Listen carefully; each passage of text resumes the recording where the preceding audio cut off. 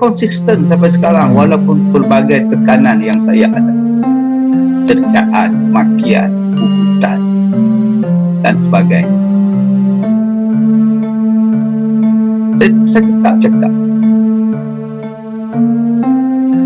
Saya sebut tentang fitnah sebab Nabi sebut. Kadang-kadang kita kata aku buat macam ni supaya tidak mau mengelakkan, supaya aku nak mengelakkan fitnah ke atas agama aku, fitnah ke atas masjid. Sebab tu aku buat macam ni. Nanti orang kata masjidlah puncanya, masjidlah jadi puncanya. Sebab tu kita kontrol macam ni supaya tak jadi fitnah. Saya cakap tak betul tu. Nanti dia akan jadi fitnah lebih teruk kepada masjid.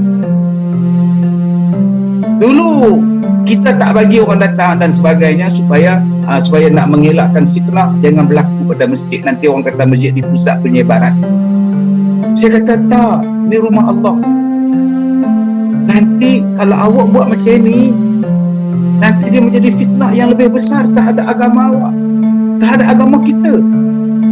Saya cakap benda tu, tapi orang hentam saya. Ustaz Kazim mengaji di mana? Bukan ahli, bukan ulama. Saya diam. Berapa lama saya diam? Saya malas, saya sedih kan. Saya cakap fitnahnya apa? Fitnahnya ialah orang dah rasa selesa tak ke masjid. Budak-budak dah rasa selesa tak ke masjid. Kalau dulu sembahyang Jumaat, kalau tak pergi sembahyang, kita rasa susah hati. Tapi anak-anak muda satu hari nanti dia rasa seronok tak sembahyang, dan dia seronok pergi berjalan. Sebab dia tak rasa dah kekuatan ikatan pada masjid dan sebagainya. Yang ini yang berlaku.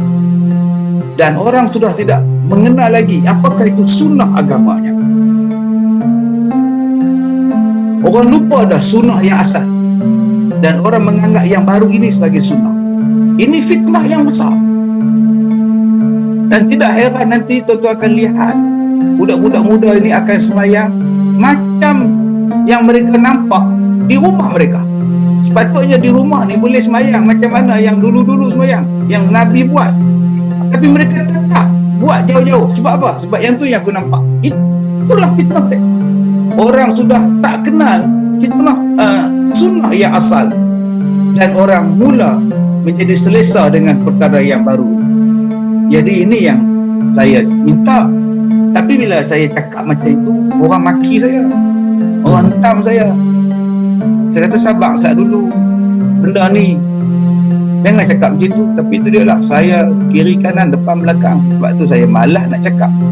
Banyak orang tanya saya kata no comment. Saya akan jawab no comment, no comment, no comment, no comment. Saya tak mahu. Sebab saya bukan ahli, saya bukan bidang saya. Tapi sampai bila saya nak kena diam kalau benda tu depan mata saya?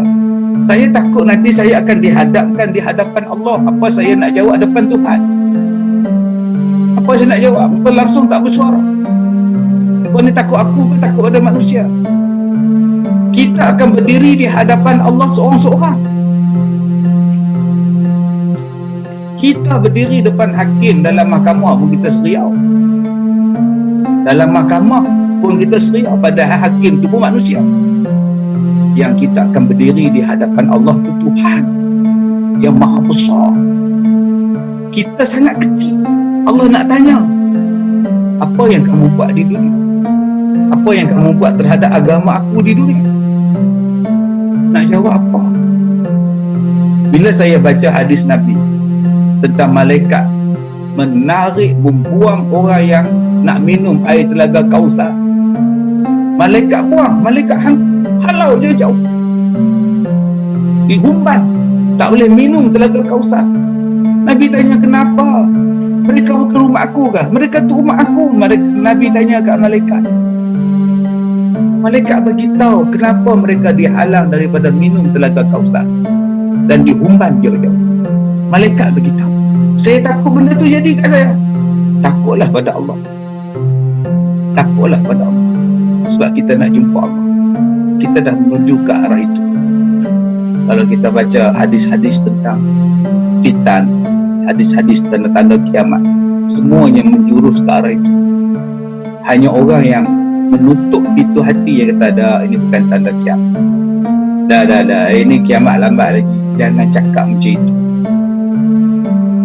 Okey, jangan cakap. Balik buka Quran. Allah datangkan kepada kita ni tanda-tanda supaya kita makin dekat dengan Tuhan. Allah bagi tanda janggut putih. Saya tadi lepas sebelum Jumaat tu saya duk teri misai saya sini dah putih, sini dah putih. Apa tanda ni? Tanda saya dah tua, dah ada sikit putih-putih. Aku ni dah nak mati, aku ni dah tua. Sebab tu uban ni tuan-tuan, satu tanda Allah kasih pada kita supaya kita ingat pada Allah. Tapi kalau Allah dah bagi uban di kepala, uban di muka, uban di misai, uban di janggut, pun masih kita belum sedar apa nak jadi kita ni.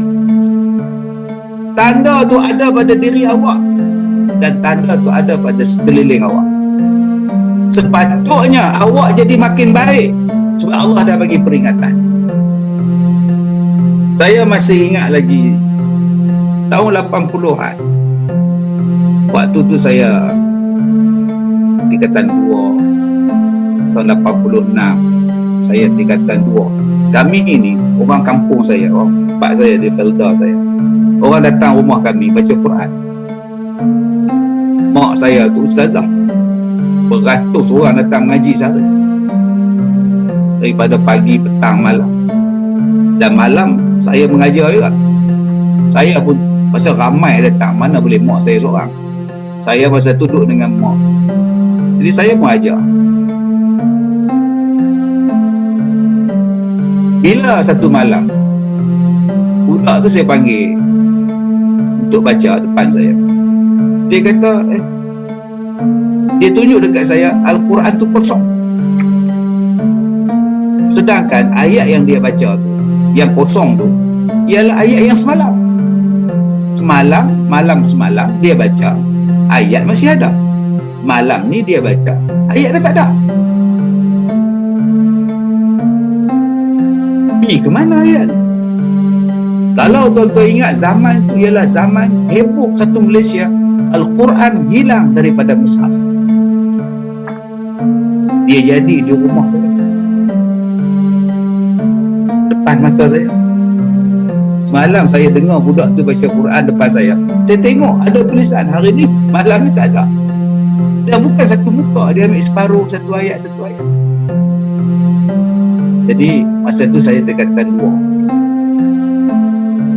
Kalau saya tak berubah jadi baik, sedangkan benda tu depan mata saya, Al-Quran hilang daripada resam dia, mushaf, saya adalah orang yang paling bodoh.